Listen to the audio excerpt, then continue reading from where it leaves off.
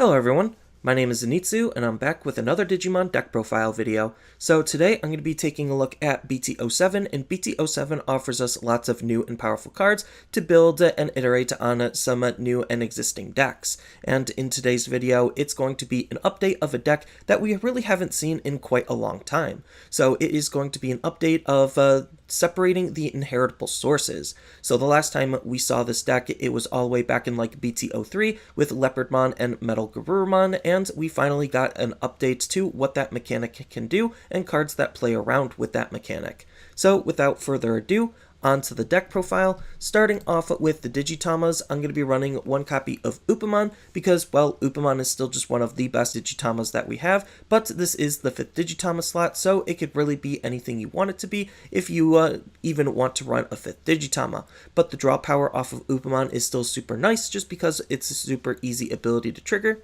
where when attacking once per turn, if your opponent has a Digimon with no Digivolution sources in it in play, then we get to draw one card, just adding to the overall consistency of what the deck can do.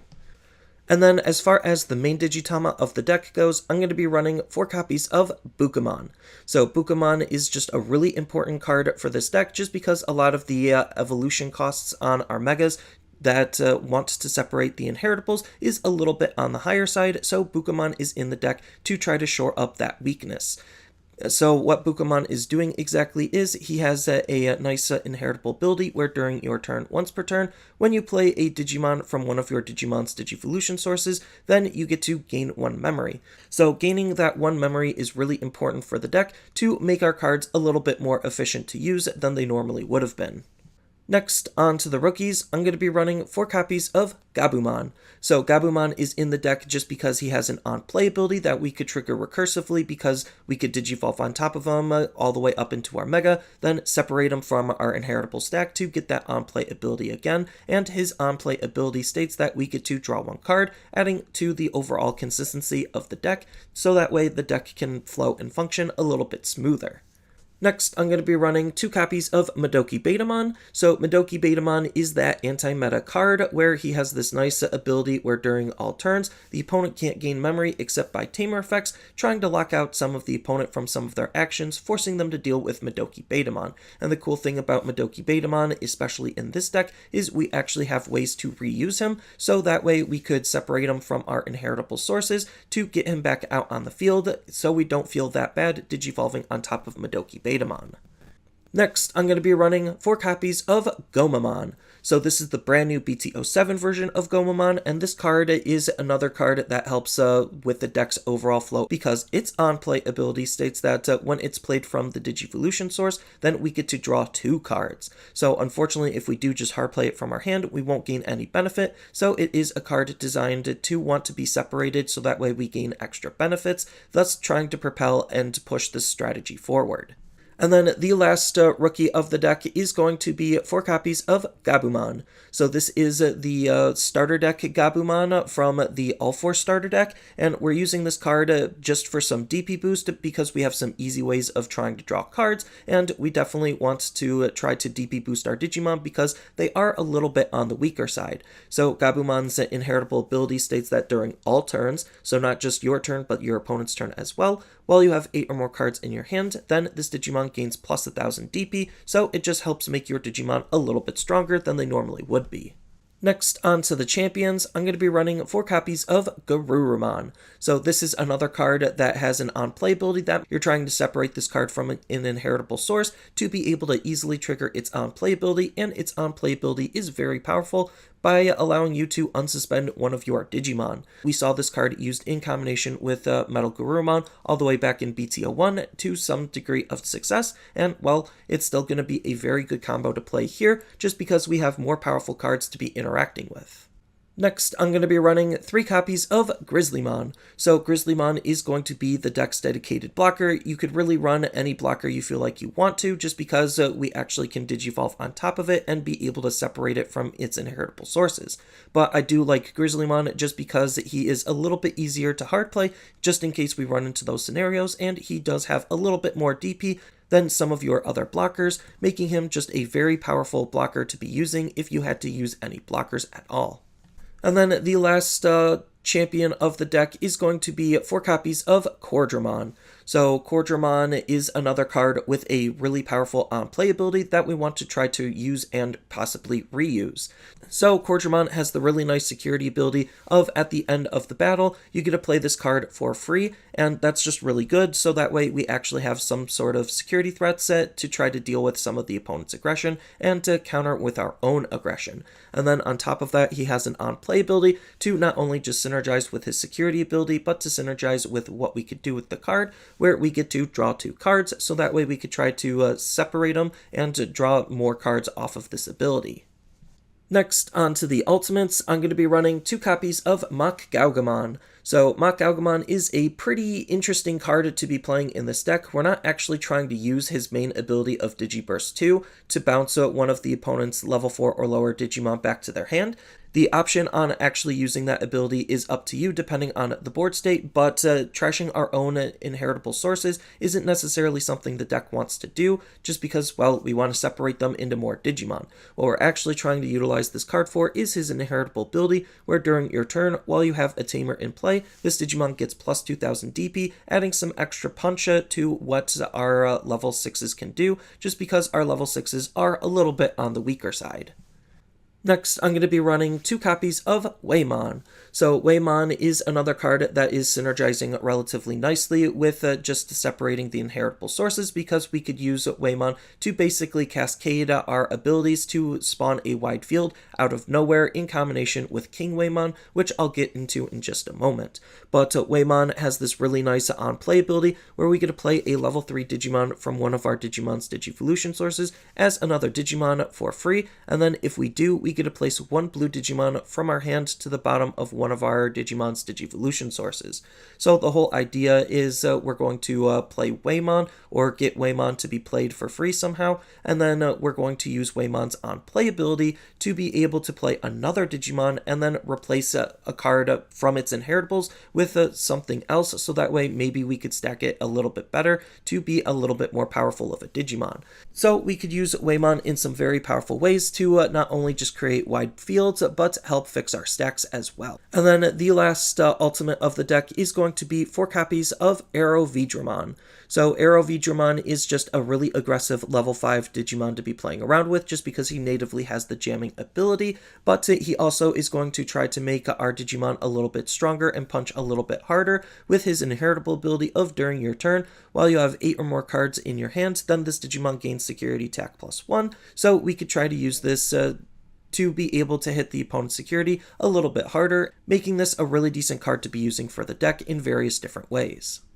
Next, on to the Megas, I'm going to be running 2 copies of MetalGarurumon. So, MetalGarurumon was the first card that we saw play around with the sub-theme of separating our inheritable sources. So what MetalGarurumon is doing is he has a when attacking ability where we get to play a level 4 or lower Digimon from its Digivolution sources for free. So the whole intended synergy on what this card is trying to do is we're trying to swing, play Garurumon, unsuspend the card, swing, play a level 3 to get its on-play ability. And we have lots of different on-play abilities that we want to take advantage of. Even if we don't necessarily have that exact line of play, we could swing and separate a Garurumon for some extra card draw, and that might be able to trigger some of our other abilities.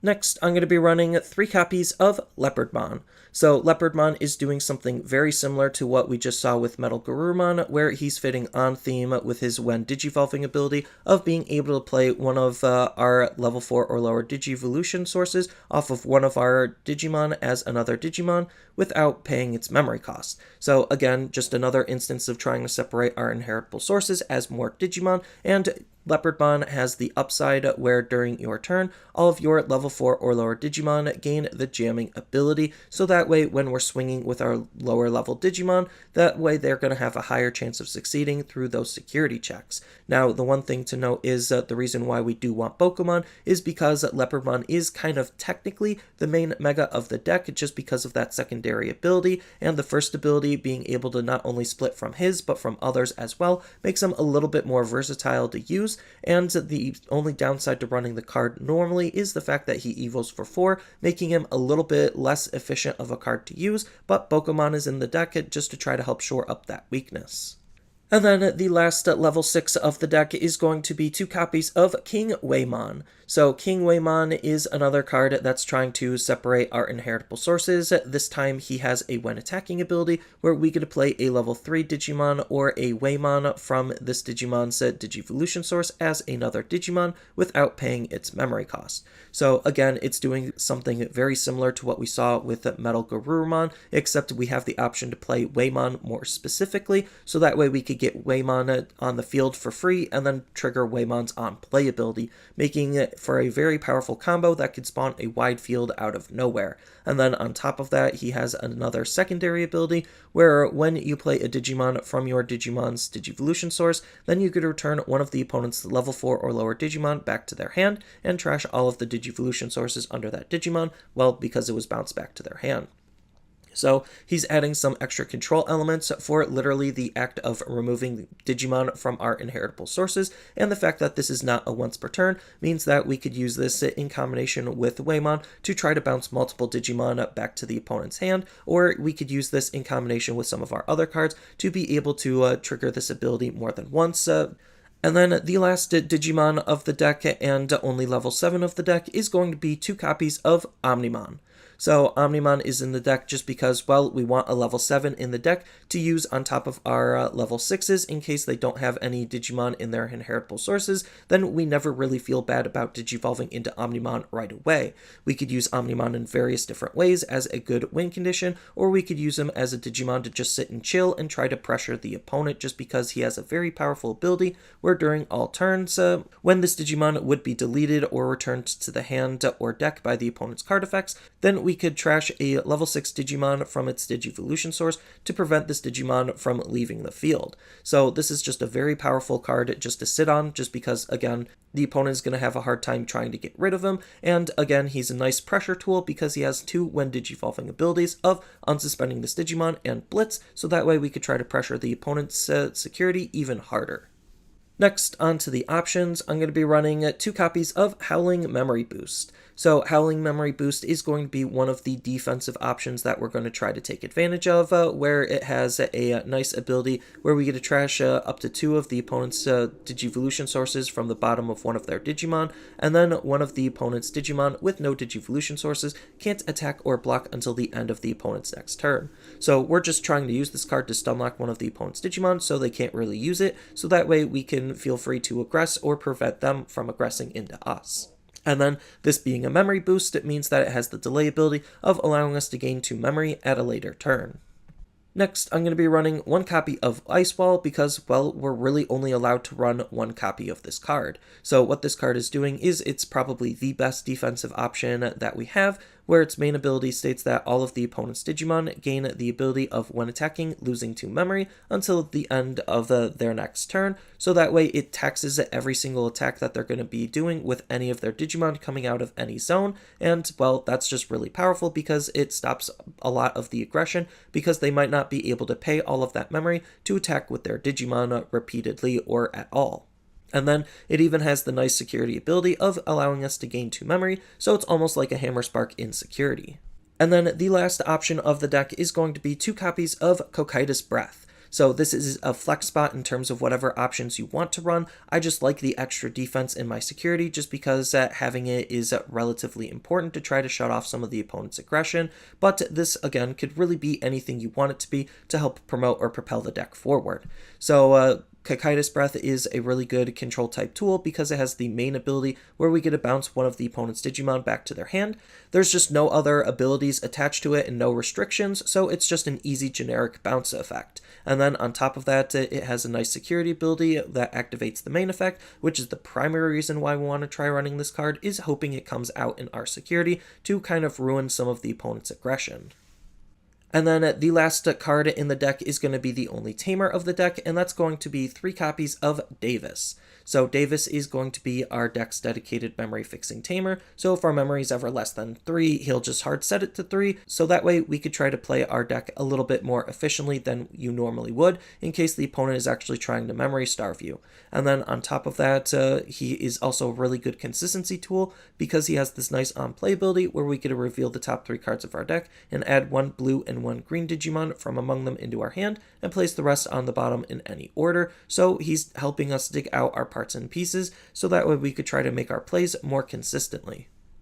And then we still have lots of other cards that we could think about running, just because this theme of separating our inheritable sources is just a very generic one that we could play with a lot of different sub-packages. So if you wanted to, you could think about playing some other really solid level 3s, just because that's the primary source that we're going to be separating the most. So we could play the Jamming Vmon because, well, it's just a generically strong card. Then on top of that, we do have some other really good on-play abilities in the form of Gabumon to try to help dig out our Garurumons and our Omnimons, which we are playing some in the deck, and you could shift the deck to try to incorporate and make this card a little bit better and a little bit more consistent. Then on top of that, we also have Gomamon and by extension either of the promo Gabumons, just because, well, they're just more on-play abilities that we could try to take advantage of. Then we do have some other really decent level 4s to be playing around with. We do have Garurumon if you want some tempo and just a big fat body on the end to just try to separate it, making him a really good card to think about utilizing.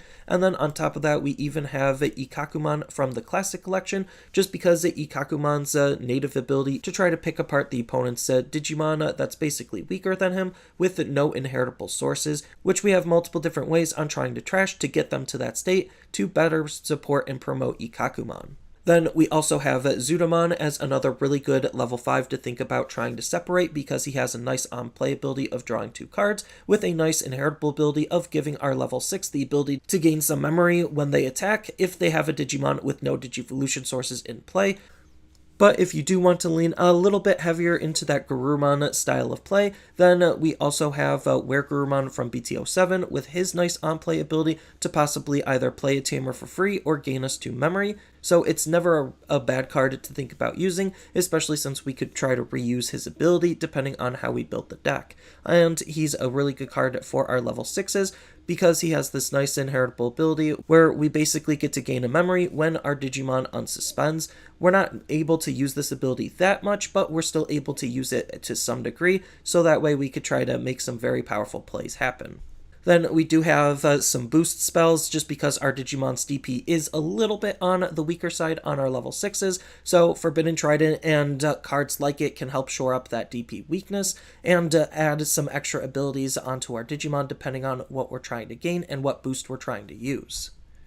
Then we do have ways of trying to separate our own inheritable sources in option form to try to reuse our abilities that way as well on various other Digimon, just in case we're not able to do that with our level 6s. So we could use a card like Tidal Wave to be able to separate 2 Digimon from our Digivolution sources. We also have the ever so classic Kaisernail to do the same thing, just with 1 Digimon instead of 2. Then we do just have some other really generically decent option cards in the form of Hammerspark, because, well, it's Hammerspark. The easy 1 memory is just allowing us to play our deck a little bit more efficiently, and the security of gaining 2 memory is just a good defensive option. Along with the fact that we do have a blue memory boost to help with the deck's overall consistency and help with us playing our cards more efficiently because of that delay ability as well. Then if you do want some alternative Tamers to run in case you can't necessarily afford Davis, we do have Matt that supports and promotes trying to play our Digimon from our inheritable sources. He's not directly interacting with that, but he just wants Digimon to be played onto the field to try to pick off the opponent's inheritables, which is never a bad thing, and he's a cheap memory fixing tamer to boot. Then if we are trying to pick apart the opponent's inheritables a little bit more, we could lean into Sora and Joe being the primary tamer, just because, well, if we're already playing with that sub-theme, might as well go all the way, and Sora and Joe can gain us lots of memory for the opponent not having any Digimon with Digivolution sources in play, while trying to pick apart the opponent's inheritable sources itself when our blue Digimon are attacking.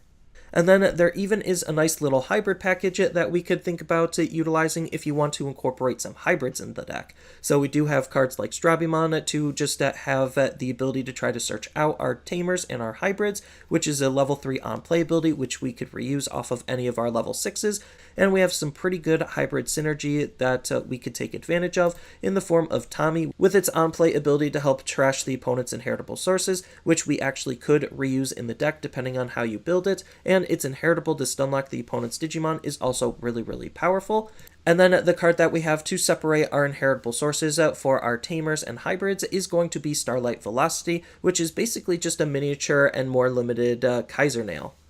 And then we have Korikakumon to try to help stunlock the opponent's Digimon and synergize with Tommy. And we also have Kumamon as another card to try to pick apart the opponent's inheritable sources. Even though it is a little bit weaker than Lobomon, the ability is what we're trying to gain out of the card. And if we have a Leopardmon chilling on the field, then the DP really doesn't matter because, well, he's going to be gaining the jamming ability anyway.